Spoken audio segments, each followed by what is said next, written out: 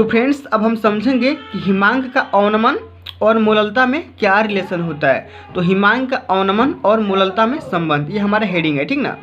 तो देखिए हम समझते हैं कि हिमांक का जो अवनमन है उसे हम डेल्टा टीएफ से डिनोट करते हैं और मोललता को स्मॉल एम से डिनोट करते हैं, ठीक ना। तो जो हिमांक का अवनमन होता है मोललता के सीधे समानुपाती होता है, ठीक ना।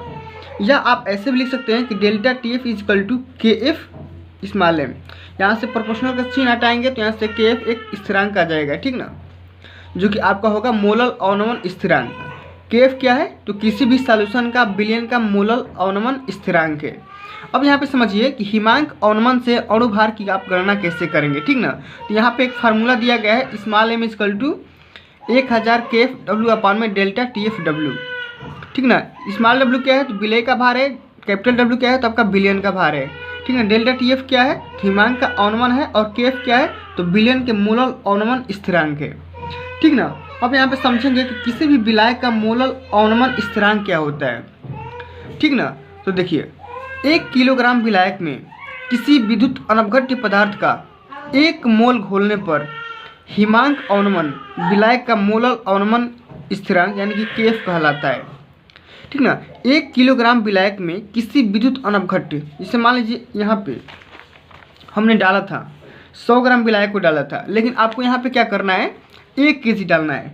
यहाँ पे 1000 ग्राम यानी कि 1 केजी डालना है, ठीक ना। 1 केजी विलायक को डालना है, और जब इसी 1 केजी विलायक में किसी विद्युत अनवघट्य पदार्थ, जैसे मान लीजिए आपने रेत को डाल दिया, ठीक ना। तो अगर आप रेत को डालते हैं, उसका 1 मोल घोलते हैं, तो इसका जो भी इसका हिमांक का यहाँ पे अवनमन होगा उसी को हम क्या बोलेंगे, मोलल अवनमन स्थिरांक यानी कि के एफ से डिनोट करेंगे, ठीक ना। इतनी चीज़ें अब यहाँ पे समझ लेते हैं कि ग्राम अणुक अवनमन स्थिरांक क्या होते हैं।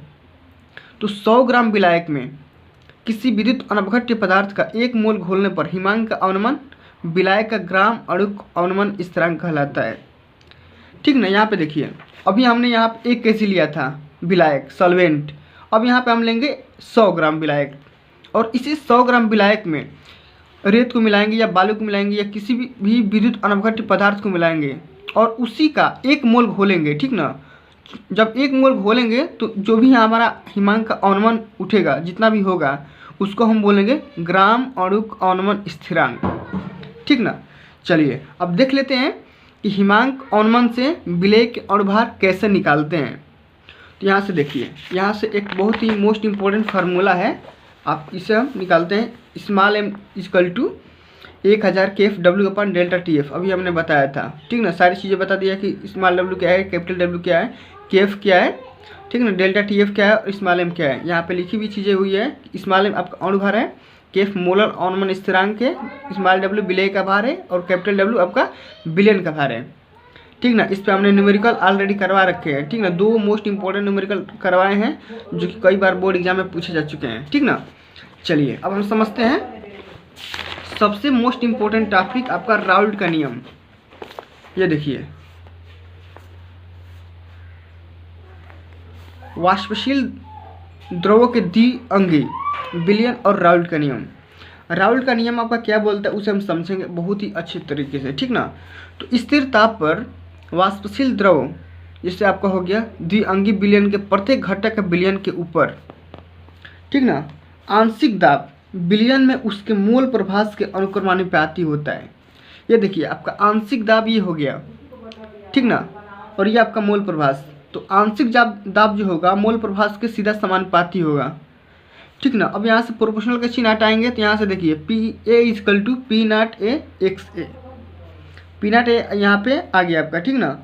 यहाँ से ऐसे ही आप दूसरे तरीके से निकाल सकते हैं कि P B equal P B proportional X B, तो P B equal to P naught B X B, ठीक ना। ये आपका इक्वेशन फर्स्ट, ये आपका इक्वेशन सेकेंड, दोनों को थोड़ा सा दोनों के से हम लोग निकालेंगे, ठीक ना। तो यहाँ पे देखिए पी ए और पी बी क्या है आपका, तो ए और बी के आंशिक दाब हैं, ठीक ना। ए और बी पॉइंट पे आपके क्या है, आंशिक दाब है, और पी नॉट ए और पी नॉट बी क्या है आपके शुद्ध ए और बी के वाष्प दाब, वेपर प्रेशर है, ठीक ना।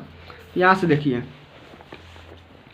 डाल्टन ने भी जो भी आंशिक के नियम दिए थे उसके अनुसार हम लोग देखेंगे कि जो कुल प्रेशर होता है घटक पदार्थों के आंशिक दाबों का योगफल के बराबर होते हैं।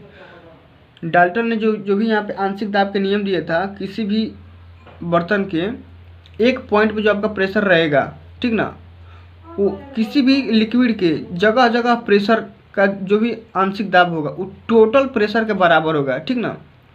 वही आपका डाल्टन के आंशिक दाब नियम बोलते हैं। तो हम क्या बोल सकते हैं, P = PA + PB। तो PA की वैल्यू यहाँ पे x से P0 है और PB की वैल्यू XB P0B, ठीक है। जहाँ P क्या है, तो बिलियन का वाष्प दाब यानी कि वेपर प्रेशर है। अब यहाँ पे समझ लेते हैं कि वाष्पशील द्रव का आदर्श विलयन क्या होता है, यानी कि आइडियल सॉल्यूशन के बारे में समझते हैं कि आइडियल सॉल्यूशन क्या चीज़ होता है। तो दो वाष्पशील द्रवों के जो विलयन पूर्णतः संगठन रेंज में राउल्ट के नियम का पालन करते हैं आदर्श विलयन कहलाते हैं। ऐसे विलयन जो राउल्ट के नियम को फॉलो करेंगे उसे हम क्या बोलेंगे, आइडियल सॉल्यूशंस या आदर्श विलयन, ठीक है। अब समझेंगे अनआइडियल सॉल्यूशन क्या होते हैं, यानी कि अनादर्श विलयन। तो जो राउल्ट के नियम को फॉलो नहीं करेंगे उसे हम बोलेंगे अनआइडियल यानी कि अनादर्श विलयन, ठीक ना। और यहाँ पे समझ लेते हैं कि अनादर्श विलयन जो राउल्ट के नियम से दो प्रकार का विचलन प्रदर्शित करते हैं। सबसे पहला आपका हो गया आपका पॉजिटिव विचलन और आपका सेकंड हो गया आपका निगेटिव विचलन, ठीक ना। अब समझ लेते हैं फ्रेंड्स, यहाँ पे देखिए गैस की द्रव में विलेयता क्या होती है, ठीक ना। तो हेनरी ने जो भी नियम दिया था उसके अनुसार जो गैस की विलेयता होगी ज्ञात की जाएगी। यहाँ पे देखिए हेनरी का नियम समझ लीजिए क्या होता है हेनरी का नियम। तो स्थिर ताप पर गैस की द्रव में विलेयता विलयन में गैस के आंशिक दाब यानी कि P के अनुक्रमानुपाती होता है, ठीक ना। यहाँ पे देखिए सॉल्युबिलिटी जो क्या है, तो P के प्रोपोर्शनल है और P का जो आप यहाँ पे प्रोपोर्शनल का चिन्ह हटाएंगे तो KH आपका एक स्थिरांक आ जाएगा, ठीक ना, जो आपका हेनरी स्थिरांक होगा।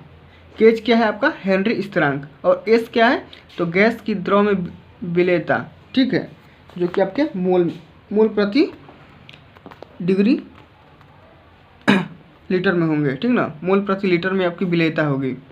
P क्या है, तो विलयन पर गैस का आंशिक दाब जो कि वायुमंडल में होगा। KH क्या है आपका हेनरी स्थिरांक है। तो फ्रेंड्स ये था आपका क्लास 12 केमिस्ट्री का सेकंड चैप्टर सॉल्यूशन विलयन, पूरा विधिवत तरीके से खत्म हो गया। मैंने ऑलरेडी 2 इस पर न्यूमेरिकल करवा दिए हैं। आप केमिस्ट्री के प्लेलिस्ट में जाकर के पूरे यहाँ पे विधिवत सबसे पहले नंबर फर्स्ट लेक्चर यानी कि पहला पार्ट और सेकंड चैप्टर, ठीक है, दोनों को विधिवत तरीके से खत्म करवा दिए हैं। तो फ्रेंड्स आज के लिए बस इतना ही। अगले वीडियो में हम बात करेंगे थर्मोडायनेमिक्स यानी कि ऊष्मागतिकी के बारे में, जो आपका 3rd नंबर चैप्टर है, ठीक ना, उसको भी हम विधिवत तरीके से खत्म करेंगे। तो फ्रेंड्स आज के लिए बस नहीं, मिलते हैं अगली वीडियो में। तब तक के लिए जय हिंद, जय भारत, वंदे मातरम।